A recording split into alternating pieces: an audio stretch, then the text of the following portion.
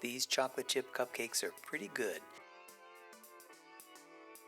The ingredient list isn't too long.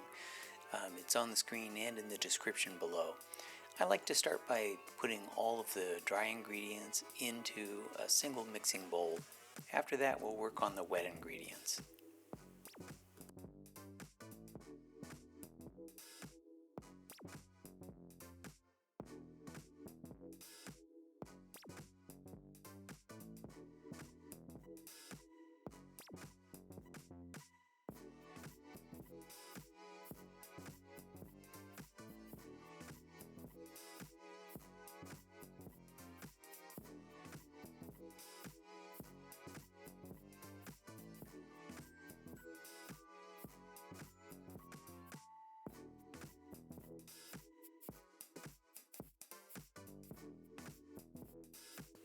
Okay, so the dry ingredients are all put together. Let's give them a quick stir.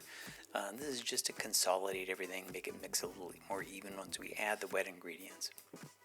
And those wet ingredients just get tossed together in the same bowl, similar to the dry ingredients. We'll combine them later.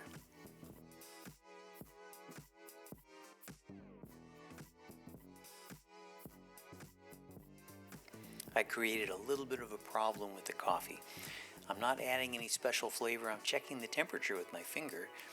A little bit warm. I was too impatient to make the coffee and then wait till it got to room temperature.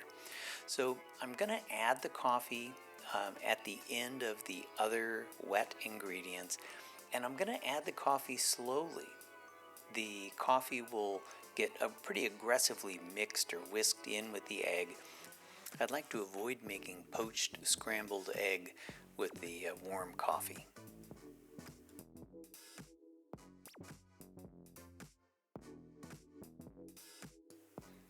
And we'll start whisking pretty aggressively and then add the coffee slowly. I want to slowly bring up the temperature of the egg so I can just add in the rest of the coffee and give it a good mix.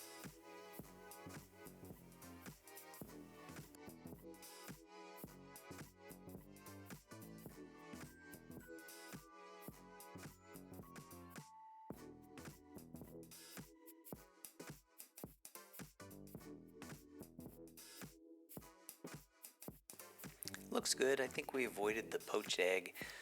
Now add the wet ingredients into the dry. Stir until things are pretty well incorporated, although it doesn't have to be perfectly smooth.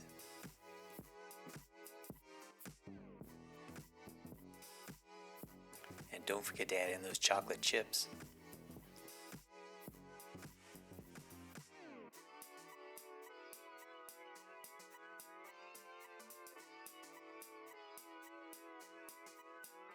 This is a pretty loose batter, so a piping bag is going to be pretty handy for transferring the cupcake batter into the cupcake cups.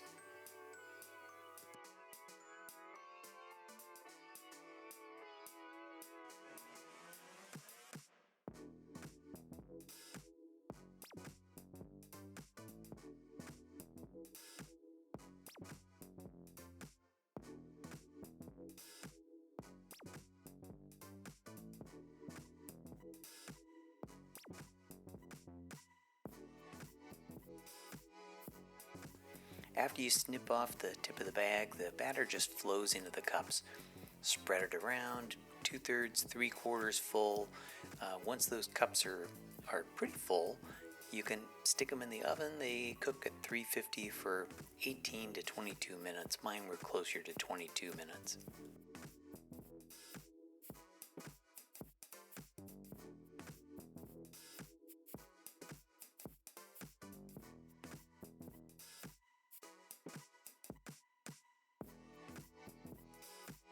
And I won't use a cake tester for the first test. I'm just going to touch the top.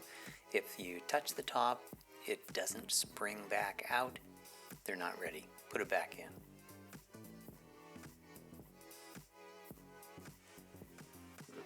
And this time we use a cake tester. It should go in. When it comes out, it should be pretty clean. No batter stuck to it. A couple of crumbs are fine.